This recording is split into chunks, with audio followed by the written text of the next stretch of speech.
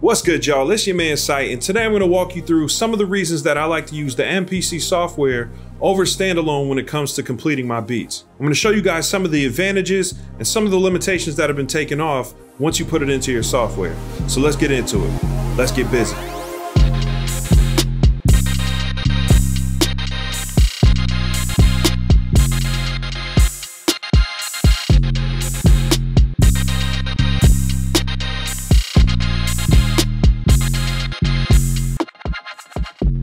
Alright y'all, welcome back to the channel. Once again, my name is Sight and I make videos about creating dope beats using the MPC, as well as other tools for producers and content creators. So if you like this content, make sure you hit the like button down below. And if you're new to the channel, please consider subscribing. And if you're really a real one, you'll go ahead and hit that bell notification while you're at it. Now in the MPC Gang group on Facebook, there's been a lot of guys looking to go from their standalone setup and start messing around with the MPC software. And I wanted to walk through some of the advantages of using it. There's really not any disadvantages, to be honest with you. What you have to understand using the MPC software is that it actually was developed first before the firmware for the standalone units. So what that means is the standalone units firmware is actually ported over from the software, and it is a weaker version of it. Some of the limitations that you have on your standalone unit, you're not going to have on the software. Obviously your VSTs and things like that, but I'm going to show you some of the other advantages that you get just by using a more powerful processor in your computer, connecting your MPC to your computer, and I'm going to show you how powerful this thing is once you have everything connected and how you can speed up certain areas of your workflow. So let's go ahead and check it out.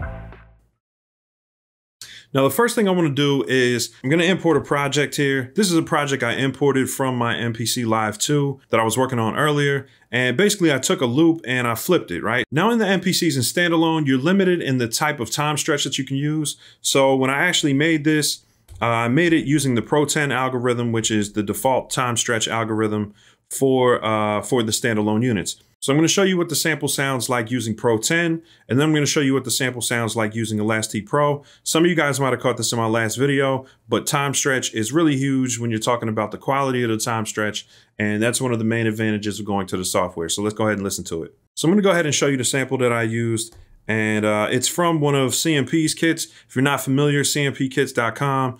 He's got a lot of really dope stuff. This one is from his Mangrove music library, and I went ahead and flipped that today.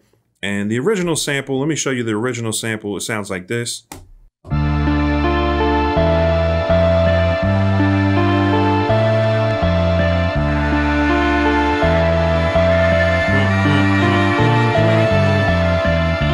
right, so you can kind of get a feel for it. Sounds really smooth, really high quality sample. But when I time stretched it using the Pro 10 algorithm, I kind of switched the semitones on it, and I changed I just basically changed the default BPM here in the warp window. This is what it sounded like once I stretched it.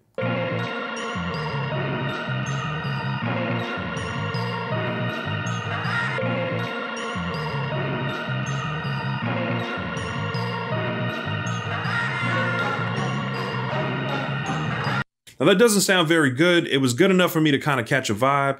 And that's what I've been doing on the MPC Live 2 is when I warp samples like this in the Pro 10 algorithm, and I'll kind of use it as a placeholder. So it works because I know I'm going to be coming into the software, so I don't really trip off the sample quality. But if you're not using the software, you're stuck with that sound as the best sound you can get, unless you manually time stretch it, which is also an option. But I've grown a little bit lazy using the warp, so I just stick to that. So let's hear what it sounds like using the MPC algorithm, and you can kind of compare the two. Let's go ahead and listen to it after changing it to Elastic Pro, which is the improved algorithm, and it sounds like this.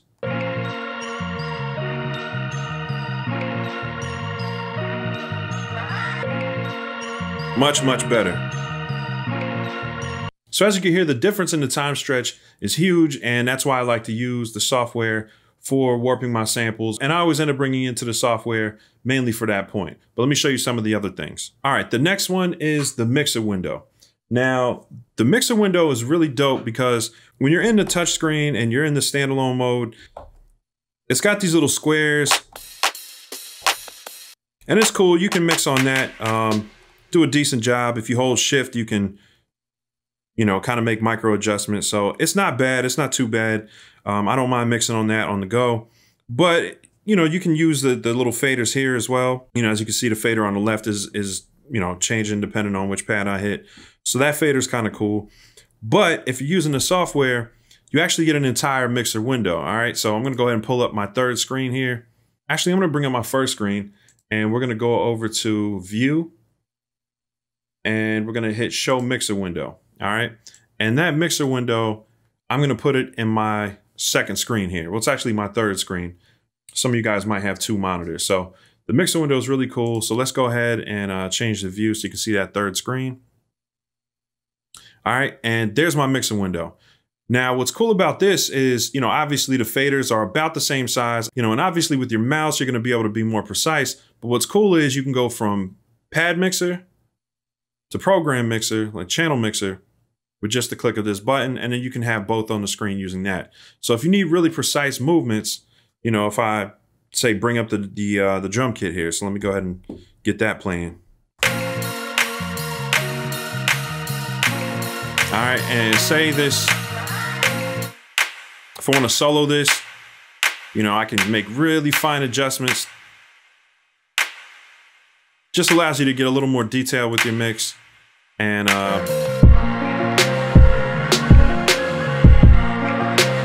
I like it. It's pretty cool. It allows you to get really detailed with the mix. And as you can see up here, these things are your effect sends. So let's go ahead and hit this again. And you can see I only have one send set up. So let me do a comparison, right, between the sends. You don't have to do this in the mixer window. You can also do it in your main software screen. You can also hit this mixer tab right here and you can do the same thing. But I like the mixer window because obviously it just, kind of gets the piano roll out of the way and just gives you a full screen of just mixer settings. Like I said, with the mixer window, it's really dope. Like I said, you can drag this, change the sizes if you want, or you can click up here and change it. But let's go ahead and set up an effect send, right? Now, say for instance, if I wanted to do this with the touch screen, it's gonna be a lot slower. So let's go to the touch screen. All right, in the touch screen, if I wanna set up a send, say for instance, this, say my snare, I wanna send that, I already have a reverb on it, right? I have to go to pad mixer, I have to hit the send button, all right? And then I have to turn this send up right here. And then you have to cycle through your sends by hitting the patch, right? So 1, 2, 3, 4, you have 4 effect sends. So if I just have a reverb on one, I basically would dial it in here. But it also takes time to set up the send, right? So let's go ahead and go to our program mixer, which we have to go into to set up the send. All right, and the program mixer, you have to tap up here. You have to go to you have to go to returns. And then here you have to tap on the first one, and then you'll see the reverb that I set up over here. So say for instance, I went in and I set all these settings for my reverb. It's pretty cool, it's not bad. But the problem is, if I want to make adjustments, and say for instance, I want to change the order, right? And right now I have it on the first effect, but say I want to put it on the second effect. Well, the pain is I don't have any way to change the order of the effects. So that's one limitation on the hardware when you're in standalone is you can't change the order of these effects. Whichever way you put them in, you have to keep them that way. Or the only other option is to save the preset that you made, go and install that same effect here, right? And then load up the preset. So let me show you what it's like in the software. Very simple. Basically, all I'm going to do is I'm going to come here, choose my effects the same way you would on the touch screen, or you can actually do it in the touch screen still. But I can just drag the effect anywhere on here. So, I can move it around if I want to change the send that it's on. If I want to copy it, I can hold Alt and just drag it over. So you can copy effects, like if there's an EQ that you like to use, Control Z deletes things, goes back one step, kind of like the undo button. So you got your typical keyboard shortcuts. But let's say, for instance, I want to EQ some drums, right? So I'm going to turn this beat down just a little bit. And say I want to EQ my clap, right?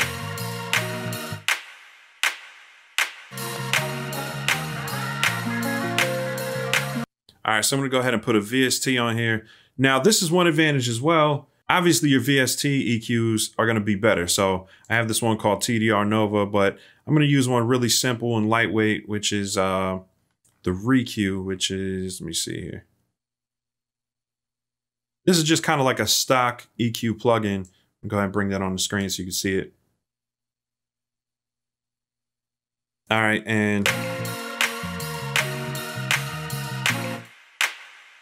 so if I want to EQ this clap and I like the way it sounds, and say for instance I have, you know, if I have like 5 or 6 drum sounds and I want to use the same EQ, well, let me see here, right here on A12 and A14, I have sounds on those, so I'll just hold Alt, click and drag, and now I have EQs on each of those that I can adjust and you know, make changes to. So it's pretty cool. I think as far as mixing speed, this is going to put you closer to like working with a real DAW, where you're able to just, you know, click and drag effects and move them really quickly and duplicate them. It just really speeds up the workflow. So I really like the mixer window, copying effects, effect sends, things like that are really cool. So let's get to the next thing. So the next one is going to be your resample buttons, I like to call them. And basically it's just a quick way for you to bounce your samples or whatever you're working on. Let's say for instance, I don't know, maybe I have a synth loop, or we'll just use this sample, right? So this sample, if you look at the piano roll, you know, I hit a couple different notes. It's really just 2 different chops that I made with it. But say for instance, I want to bounce that down to 1 sample. Well, all I have to do is hit this button right here, which is, it's a quick bounce button. So I do that, and it'll bounce that sample down onto this button. And there's a couple things I can do with it. I can drag it into my samples list down here, and it's going to add it to my sample pool. So now I can pull it up on any pad. I have that loop on a pad at any time. Or if I'm using Ableton or if I'm using a DAW, I can click and drag this sample into those DAWs easily. I can also use that as a quick bounce if I don't want to bounce something out to MP3, I can just click and drag that over to my desktop, and it's going to save it to my desktop. And, you know, it's just a quick way to resample. So if you're building loops and you're doing sound design, this is just a quick way that you can take what you have on that track, bounce it to a sample, and it actually bounces down your entire sequence. So if you just wanted to bounce down the program that you're working on or the track that you're working on, all you have to do is hit solo on the track that you're on. And basically it's going to solo it out, and you can hit that bounce button. Now to refresh it, you have to go to the next track and come back. Then you can hit it again, and it's just going to bounce down that solo track for you and allow you to export it wherever you want. So quick resampling is really cool. Again, if you're building loops and you just want to, you know, create your own loops and then chop them up, this is a really fast way to do it. If you just want to make a loop and share it with someone, this is also really good for that. And if you're just looking to get tracks out one at a time to a DAW, this is a quick way to do it as well. You know, basically all you're doing is going to each track that you have a sound on, soloing it, and then basically hitting that button and dragging it over. It's a really fast way to export as well. All right, and the next one is piano roll editing. Obviously, you can do piano roll editing using the touchscreen. It's more effective than using knobs, machine, but it's definitely still not as fast as using, you know, a traditional piano roll editor with the mouse. So that's one major advantage. We can kind of go in and just make, you know, quick adjustments. So say for instance, on this sequence, you know, if I want to take these claps out in the beginning, I can go ahead and just, you know, click and drag those, hit the delete button, and boom, it's out of there. So I think that's really convenient, being able to do that. And obviously, you know, when you're building melodies and things like that, being able to do it with the mouse is really convenient as well. So, you know, obviously your editing is going to be a lot faster with the mouse. So going in and doing sound design or building melodies, I like to use this piano roll with the mouse. And I usually tend to build my melodies in the software, and then, you know, I'll export loops and things like that to chop up when I'm in Standalone. And the last one I'm going to talk about is song mode muting. Muting things in song mode when you're using Standalone is pretty cool because you can use the pads. You can basically hit overdub, you know, once you're in song mode and you've extended things into a longer sequence, you can go through and manually mute things using the track mute option in your menu. So if you see the track mute here, you can go in here and, you know, hit the overdub button, hit play start, and you can go in and manually mute things out as the track is playing. But I'm going to show you what I like about it. Let's go ahead and go to song mode.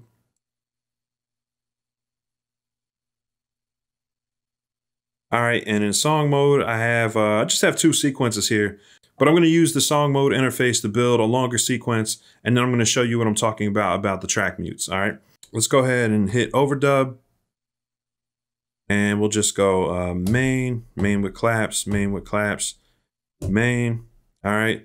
And that'll just basically give us, what's that, about 64 bar sequence. So I'm going to go ahead and hit this convert to sequence. We'll put it on sequence 9. And it says include muted tracks. Now, if we had tracks that were muted out, they're going to show. So let's go ahead and hit do it. All right. And then we're going to go back to our full screen and you can see what happened. So let me go to the right sequence. Sequence 9. All right. Let's go ahead and shrink this down. And you can see we've got our whole 64 bar sequence that we just programmed using song mode. All right. Now, typically, if you have track mutes in your song mode, this is where they're going to show up. So let me hit main twice. All right. Drag this down. What you can do is go up here to this top corner. All right, you can hit mutes and you'll see all the mutes that are put in just by adding the sequences in. All right, so what you can do is go to this square right here. All right, and you can set your mutes and adjust them. So, you know, if you want to change this where it's at, you can do that. It's really simple. You just use the time correct here to choose, you know, the increments. So, you know, you can set it bar by bar like that. You know, 16th notes, 8th notes, things like that. It just gives you a different grid. But what's cool about it is, you know, if I don't like the way something is muted, I can adjust it. I can add more just by double clicking. All right, add mutes to different parts. And this is just a quick arrangement feature. So, you know, a lot of people were talking about, you know, I wish the arrangement was better. It could be better, but this is effective. You know, when I'm making songs and, you know, I want to drop things out and I basically go into song mode and I lay out all my sequences. If I want to mute different areas, it's very easy to do here. And it's not destructive, obviously. So, you know, that's the cool thing about muting things is you're not deleting the notes, but you could also delete the notes if you wanted. But if you take it off mutes, you can always highlight things in the grid and, you know, delete them. So, you know, if you highlight things, hit delete, you can take out sections. So, you know, there's a lot of complaints about song mode. Song mode's not that bad. If you lay out your sequences, say if you make 4 or 5 sequences and you just lay them out in a song like this, you have that linear workflow that people were talking about, you know, kind of like your, you know, kind of like your FL Studio type workflow. You can, you know, edit things linear. You can take things out, delete things. It's pretty cool. You can drag things around, as you can see. So it might not be as cool as having little blocks on everything, and maybe that'll come later where they'll, you know, they're going to add blocks and make it maybe a little more modular. But as you can see, you can definitely do some really cool editing, you know, just by learning the tools here. And I don't think it's that bad. You know, I don't really have a ton of complaints about it. You know, if I need to delete a section, just delete a section, Control Z, bring it back. So, you know, you got your linear workflow here. It's just a little bit different. You have to get used to it. The tools are a little bit different than other DAWs, but, you know, you got your eraser tool, you know, you've got your square tool, which you know, your selection, just a lot of different things. So that's another thing I like, the song mode muting. And I think it's really cool. I did a whole video about it. I'll go ahead and link that at the end of this video. So that's just a few of the advantages by using the MPC software. There's obviously a lot more. You know, you can use your VSTs, VSTIs, things like that. It really opens things up for you on that level. It's far from perfect software. It does leave things to be desired, but I used it pretty much exclusively for about 2 years in a row, and I really got good results. You're able to do some pretty advanced editing using this system. So if you don't have another DAW that you're used to and you just want to keep things within the MPC ecosystem, I highly recommend, you know, kind of getting in there, getting used to it. The learning curve isn't as bad if you just kind of use it the way you normally would on your touch screen. It might seem like a lot of things on the screen when you're getting used to the software, but as you'll see, it's just really a different place for all the functions that you're used to on the hardware units. And you can always access all of your features using the hardware. So if you ever get lost, you can just go back to your touch screen, find the features that you want. And sometimes you can actually look at the MPC software screen and see where things are changing. So it'll kind of give you cues if you just stick to the touch screen. And that's usually what I do. I usually don't get away from the touch screen that much other than for those mixing tips I was showing you or for piano roll editing. And I try to limit my mouse usage to just those things. And then the rest of it, as far as staying creative, staying hands-on with the unit, I like to just be in the touchscreen most of the time.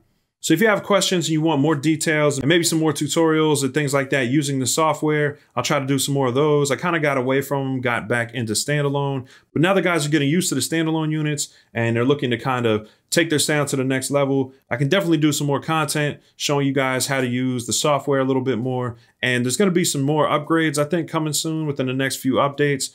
So that'll be exciting to see what they add to the software, and I'll be covering those as they come out as well. So here's a link to the song mode video I told you about earlier in the video. Go ahead and check it out if you haven't seen it already. This is how to take your beat from standalone into song mode using the software. All right, go ahead and check it out.